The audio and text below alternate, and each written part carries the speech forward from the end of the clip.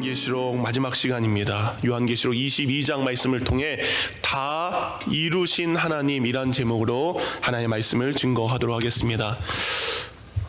요한계시록 마지막 시간을 정리하면서 하나님께서는 요한계시록을 통해서 우리에게 어떤 것을 말씀하고 계십니까? 요한계시록을 통해서 하나님께서 우리에게 말씀하기를 원하시는 것은 심판, 멸망, 진노, 무서운 말씀이 아니었습니다.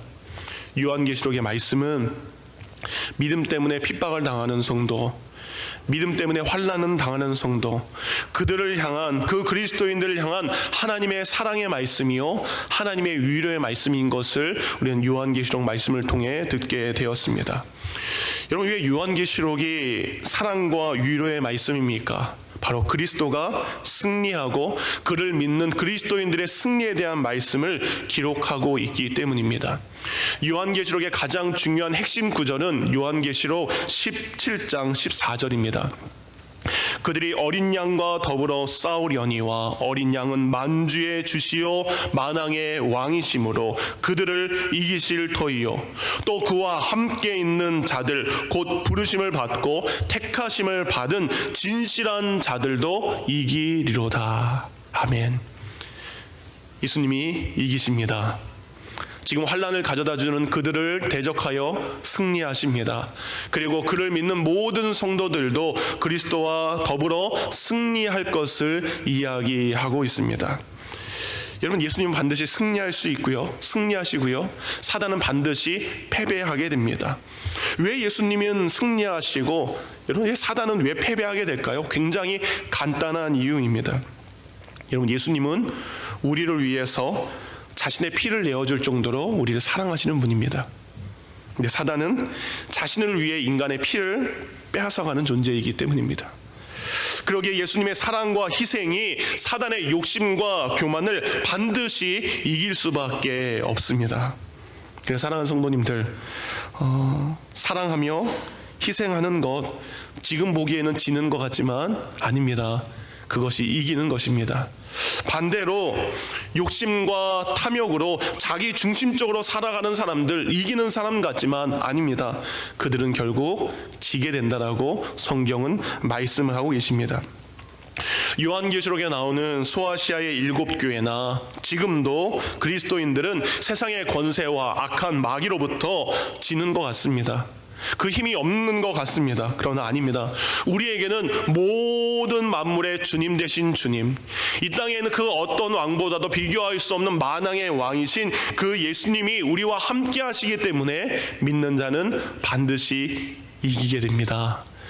여러분, 이기시는 분입니다. 우리는 이길 수 있는 믿음이 있는 사람들입니다.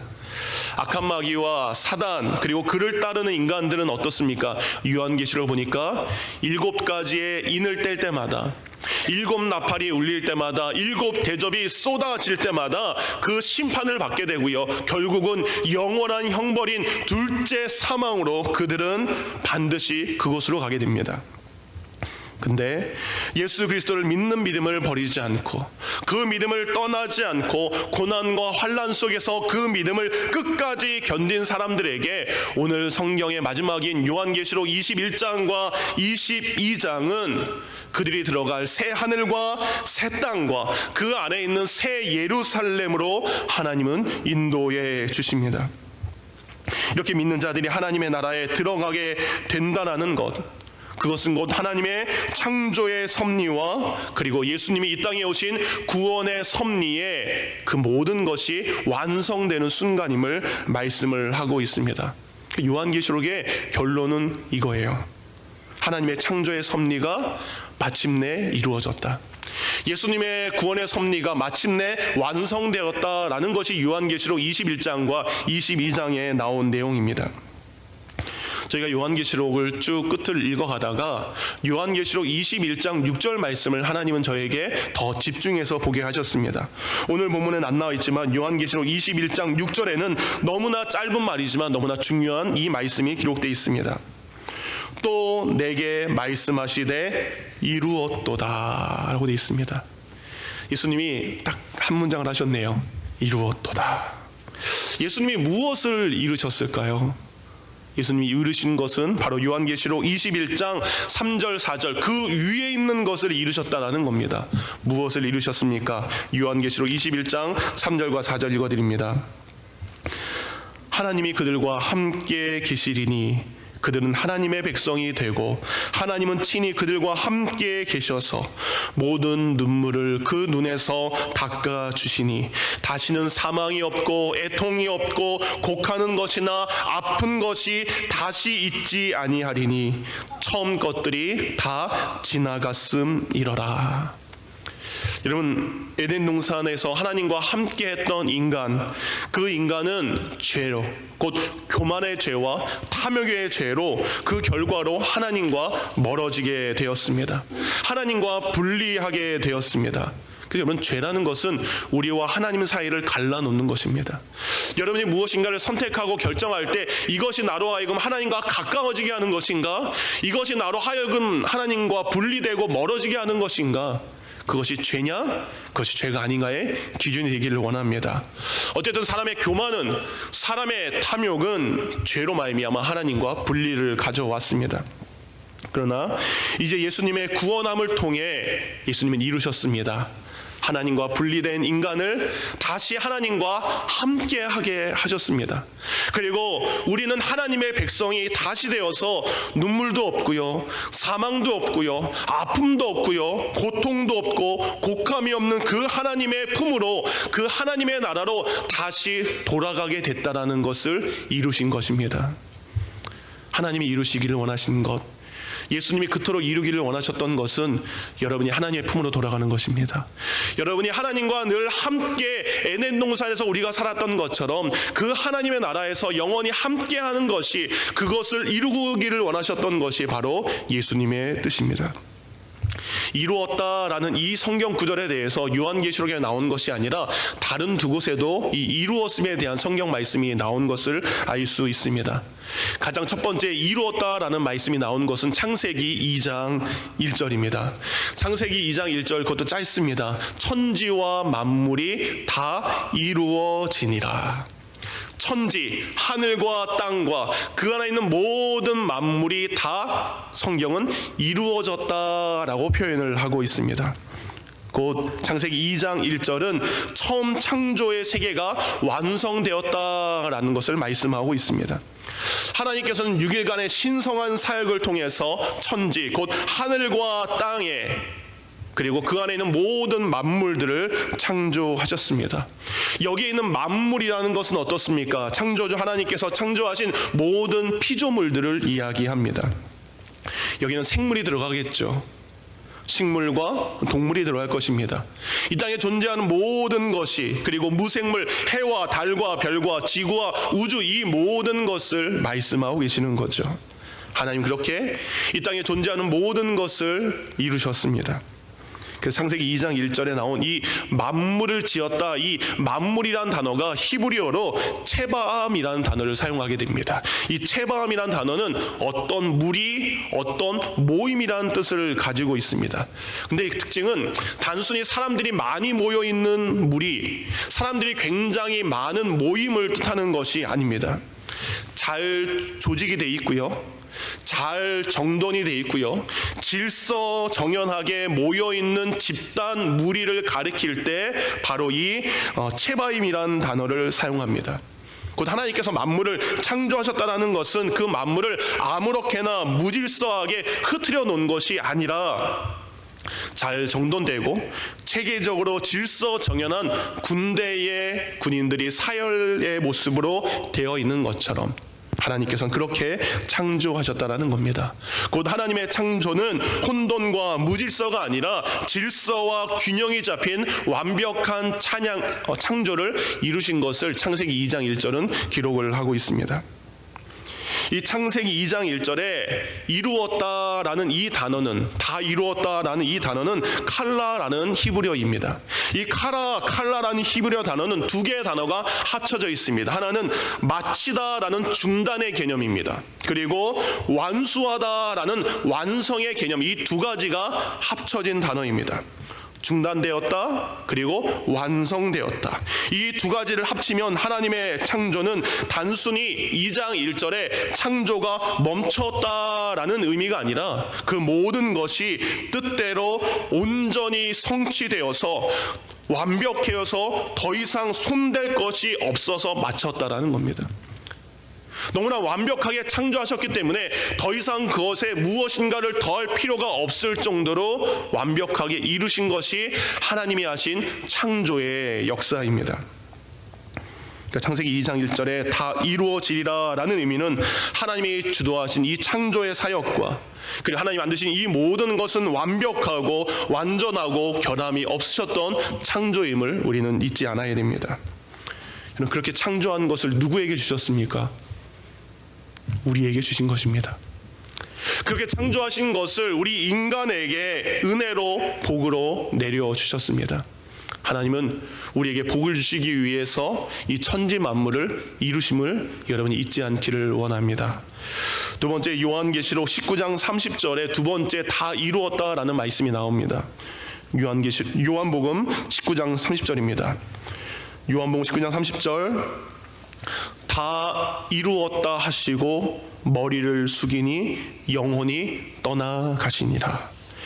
요한복음 19장에 나온 이 다 이루었다라는 것은 예수님께서 십자가에서 달려 돌아가실 때 마지막으로 하신 말씀입니다. 이것은 곧 대속의 완성과 그리고 구원의 완성임을 뜻하는 단어입니다. 다 이루었다라는 것은 저번에 한번 설교했죠. 헬라어로 테텔레스타이라는 뜻입니다. 이 테텔레스타이라는 뜻은 다 치루었다라는 것입니다. 다 치루었다라는 것은 갚아야 될 것들을 다 갚았다라는 표현에 쓰는 말입니다. 예수님의 십자가에 대해서 예수님은 스스로 나는 대속했다라는 말씀을 쓰셨습니다. 나는 대속물이 되어 너희에게 왔다라고 이야기합니다. 바로 마가복음 10장 45절입니다.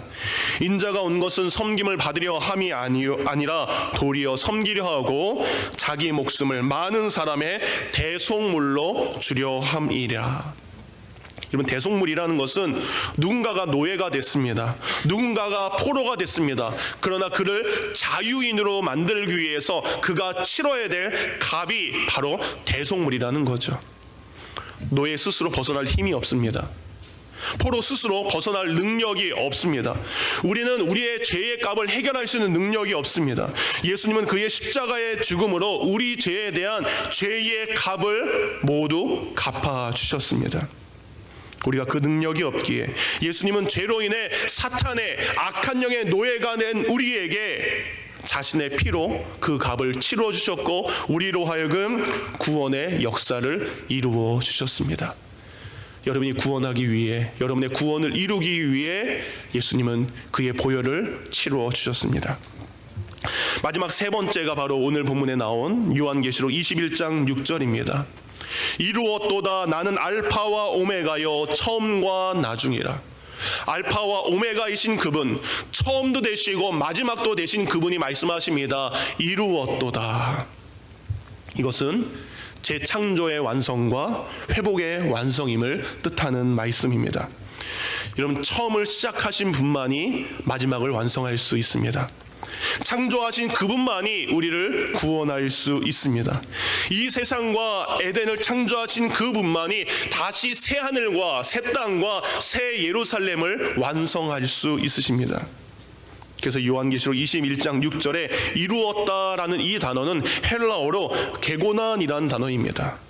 이것은 무엇인가가 되다, 무엇인가를 낳다라는 것은 아기를 낳다라는 그런 표현이죠. 그리고 무엇인가를 성취하다라는 표현인데 이게 3인칭입니다. 그리고 복수 완료 시제를 가지고 있습니다. 이것을 정확하게 이야기하면 그것들 모두를 성취하였다라는 것이죠. 요한계시록 21장에 나온 그 성취는 단순히 한 가지만을 이루신 것이 아니라 하나님이 계획하시고 예수 그리스도가 구원으로 이루어 놓으신 그 모든 것이 마침내 마지막 때에 다 이루어졌다는 것을 뜻하는 단어입니다.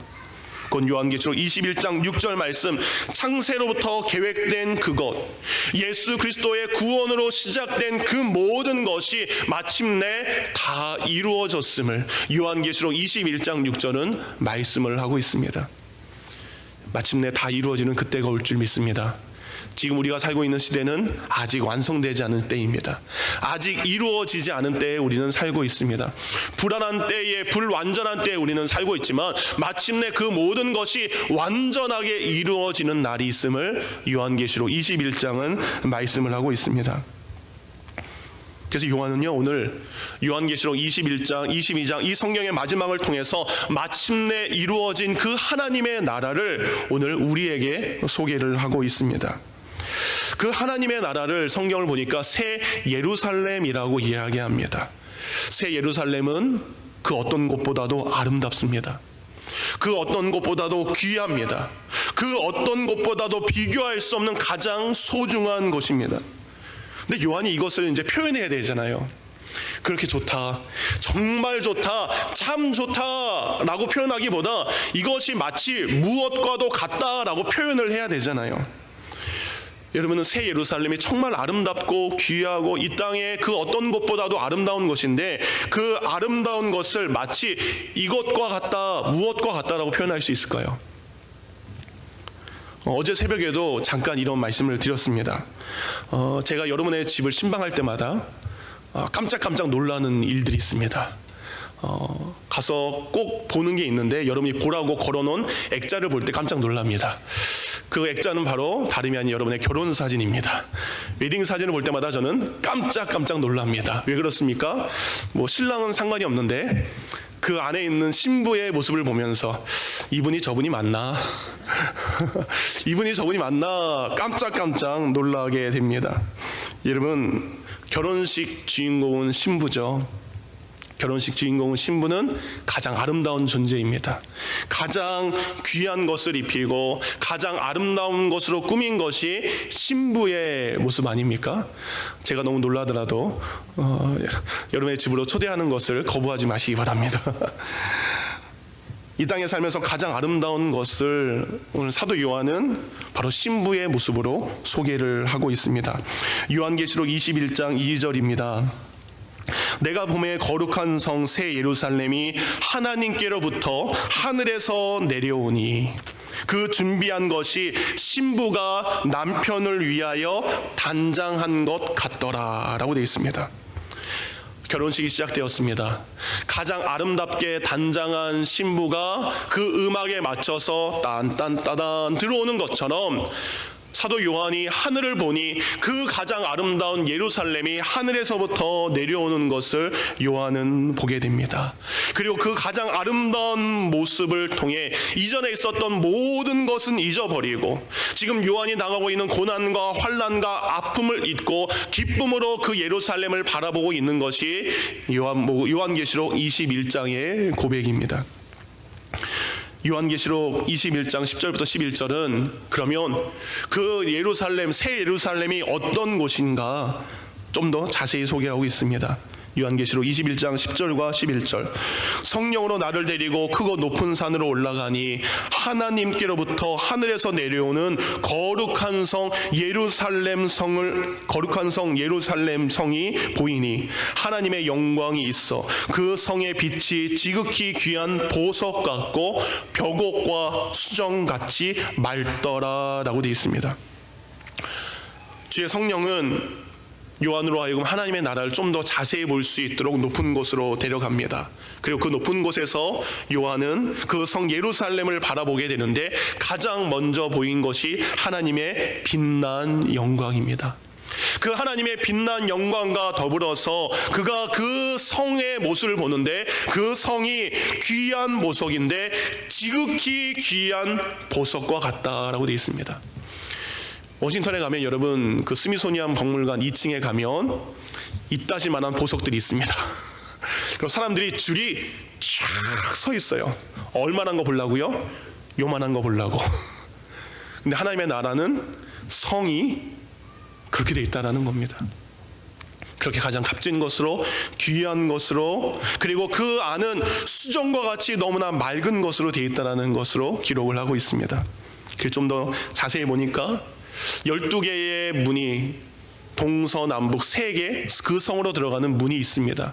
그리고 그 성의 근처에 12개의 기초석들이 세워져 있는 것을 압니다. 12개의 문은 12지파의 이름이 적혀져 있는 것이고, 12개의 기둥석들은, 기초석들은 12사도의 이름이 적혀져 있는 것을 봅니다. 그리고 그 12개의 아름다운 기초석들은 서로 다른 값진 보물로 되어 있는 것을 보게 됩니다. 그리고 성 안으로 들어가게 됩니다. 성 안으로 들어가 보니 수정과 같이 맑은 생명수의 강이 흘러오고 있는 것을 봅니다. 근데 그 강이 어디서부터 흘러나오는가 쭉 보니까 그 성 가장 귀한 곳에 앉아있는 하나님과 어린 양 예수 그리스도의 영광의 보좌 앞에서 흘러나오는 생명의 강을 보게 됩니다. 그리고 그 생명의 강으로 멈추는 것이 아니라 그 생명의 강 양쪽에 생명의 나무들이 맺혀져 있는 걸 봅니다. 그리고 특이한 건 성경에 그 생명나무에는 매 달마다 다른 12가지의 열매가 맺혀지고 있다라고 기록을 하고 있습니다. 그리고 열매만 귀한 것이 아니라 그 생명나무의 잎사귀는 모든 것을 치료하는 잎사귀인 것을 그는 보게 됩니다. 하나님을 보고, 하나님의 영광스러운 생명수의 강을 보고, 생명나무를 보고 그친 것이 아닙니다. 그곳에 누군가가 있는 것을 봅니다. 바로 믿는 성도들이 있는 것을 봅니다. 그 이마에 하나님의 이름이 기록된 성도들, 그 이름 한 명 한 명, 그 이마에 하나님의 영광된 이름, 예수 그리스도의 영광된 이름이 기록된 성도들이 바로 그곳에, 그 안에, 그 생명수 곁에, 그 영광의 보좌 앞에, 그 생명나무 옆에 있는 것을 그는 보게 됩니다. 그리고 그곳에서 그들이 하나님을 바라보며 하나님을 섬기며 하나님을 예배하는 것을 요한은 보게 됩니다. 그것은 새 예루살렘이지만 그 예루살렘에는, 옛날 예루살렘에는 성전들이 필요했습니다. 그러나 새 예루살렘에는 성전이 필요하지 않습니다. 바로 하나님, 그분이 계시기에 새 예루살렘에는 성전이 필요 없습니다. 그곳에는 하나님의 빛난 영광이 있기에 다시 밤이 없음을 기록을 하고 있습니다. 하나님과, 그리고 거룩한 백성과, 그리고 그 백성들을 위해 비한 예루살렘 성, 이 아름다운 것을 본 후에 사도 요한은 하나님 나라에 대한 기록을 마치게 됩니다. 사랑하는 성도님들, 바로 이것이 저와 여러분을 위해 예비된 것입니다. 그리고 하나님은 이것을 요한으로 하여금 기록하게 하셨습니다. 요한으로 하여금 이것을 그들에게 전하게 하셨습니다. 여러분, 이 하나님의 나라를 본 요한의 반응이 어떨까요? 그것을 눈으로 보았어요. 너무나 간단하죠. 그 너무나 귀한 하나님의 나라, 그 너무나 값진 하나님의 나라에 대해서 그는 사모하고 가고 싶을 뿐이죠. 그래서 그 사도 요한의 고백이 요한계시록 22장 20절의 마지막으로 나오죠. 아멘 주 예수여 오시옵소서. 아멘 주 예수여, 당신의 나라에 내가 빨리 들어가고 싶습니다. 그 새 예루살렘 성이 빨리 이 땅에 임하기를 원합니다. 간절히 사모하는 것이 오늘 사도 요한의 고백입니다. 그렇다면 지금 다시 눈을 뜬 사도 요한은 무엇을 기다리고 무엇을 사모합니까? 그가 방금 보았던 그 하나님의 나라가 이루어지기를, 그 하나님의 나라가 이 땅에 이루어지기를 그는 기다리고 사모하고 있습니다. 그런데 그것을 기다리는 것이 끝나는 것이 아니라 성경은 그것을 기다리는 사람들이 어떻게 살아가야 되나, 어떻게 오늘을 살아가야 되나, 예수님은 하나님의 나라를 보는 것으로 끝난 것이 아니라 22장을 통해서 그 하나님의 나라를 기다리는 사람들의 살아가야 될 삶의 모습을 소개를 하고 있습니다. 우리가 어떻게 살아가야 됩니까? 오늘 본문 11절입니다. 불의를 행하는 자는 그대로 불의를 행하고 더러운 자는 그대로 더럽고, 여기서부터 중요합니다. 의로운 자는 그대로 의를 행하고 거룩한 자는 그대로 거룩하게 행하라. 하나님의 나라를 기다리며 오늘을 살아가는 우리는 구원받은 의로운 자입니다. 그래서 우리는 그대로 의를 행하며 살아가는 것이죠. 그대로 거룩하게 살아가면 됩니다. 당시 이 편지를 읽는 성도들은 고민이 있었을 거예요. 다시 이 편지를 읽는 그 시대의 성도들은 여러 가지로 선택을 해야 될 상황이 있었습니다. 내가 이 믿음 그대로 지켜서 저 로마 황제로부터, 로마 사람들로부터, 이 세상 권력으로부터 핍박과 고난을 받을 것인가? 아니면 내가 그만두고 저 세상에 굴복해서 이 땅에서 편안하게 살 것인가? 사랑하는 성도님들, 그래서 그들에게 이야기합니다. 지금까지 믿음 그대로 지키고 있는 것처럼 그 믿음 그대로 살아라. 환난 당하고 있고 아프고 속상한 일이 있고 믿음 때문에 손해봐야 될 일들이 있지만 멈추지 말고 그대로 지금까지 걸어왔던 것처럼 앞으로도 그대로 의로운 자로서 의롭게 살고 하나님의 나라가 임할 때까지 거룩한 자로서 살는 것처럼 앞으로도 그대로 거룩하게 행하라. 사랑하는 성도님들, 처음에 나와 있는 악을 행하는 자는 악을 계속 행할 것입니다. 악을 행하는 사탄은 끝까지 악을 행할 것입니다. 그리고 그들을 따르는 더러운 자들은 그 더러운 일을 행할 것이지만 우리 믿음을 가진 사람들은 환경과 상황에 상관없이 그대로 의를 행하고 세상과 구별된 거룩한 믿는 자로 살 것을 우리에게 요구하고 있습니다. 주님 오시는 그날이 가까워질수록 시대는 더 악해져 갈 것입니다. 그 시대는 더 많은 음란과 더 많은 돈의 유혹을 가지고 우리를 그 가운데로 인도할 것입니다. 우리로 하여금 그만하라라고 할 것입니다. 그러나 로마서 1장 17절과 같이 예수 그리스도의 구원의 보혈을 은혜를 받은 사람들은 오늘도 오직 의인은 믿음으로 말미암아 살리라라고 했던 것처럼 오늘도 믿음으로 사시기 바랍니다. 그것이 오늘 우리가 살아가야 될 삶의 방법입니다. 두 번째, 예수님은 우리에게 이렇게 살라고 하십니다. 17절입니다. 성령과 신부가 말씀하시기를 오라 하시는도다. 듣는 자도 오라 할 것이요 목마른 자도 오라 올 것이요 또 원하는 자도 값없이 생명수를 받으라 하시더라. 두 번째, 우리는 그 예수님의 부름을 듣고 언제나 예수님께 나아가야 되고 예수님을 찾는 사람이 돼야 됩니다. 예수님은 지금도 우리를 부르고 계십니다. 그 부름의 소리를 우리는 오늘 들어야 됩니다. 여러분은 지금 어떤 소리를 듣고 있습니까? 어제 토요일이었죠. 어제 여러분이 들었던 소리가 어떤 소리인지 한번 분별해 보시기 바랍니다. 내게 주어진 그 하루의 시간 동안 하나님의 소리, 예수 그리스도의 음성에 귀를 기울이며 살았는가? 아니면 사람과 세상에 귀를 기울이며 살았는가? 우리를 부르시는 예수님의 음성은 그냥 들리지 않습니다.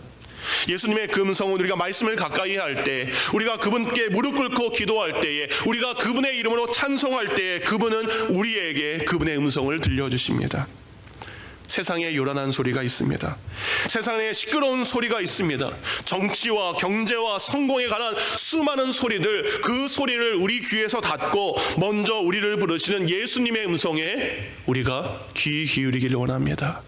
그리고 그 부르심 가운데에 우리에게 값없이 생명을 주시고 우리에게 그 피의 생명의 은혜를 주신 예수님께 우리가 나아가기를 원합니다.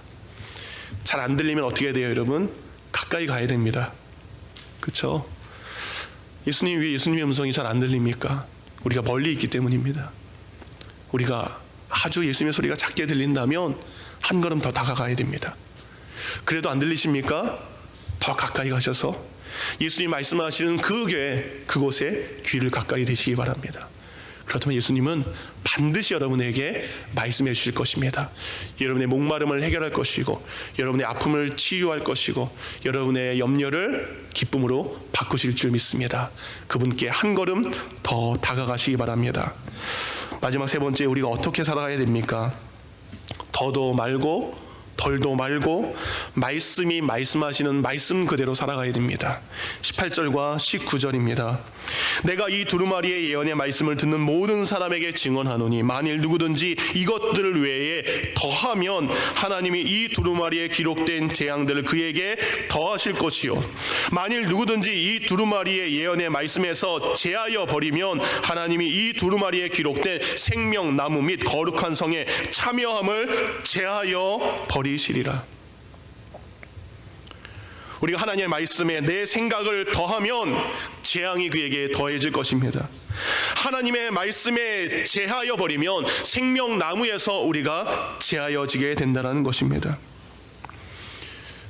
지금 우리가 살고 있는 시대는 말씀을 선택하는 시대에 살고 있는 것 같습니다. 옛날에 하나님이 말씀하실 때 우리는 말씀하신 그 모든 것을 들어야만 되는 시대에 살았습니다.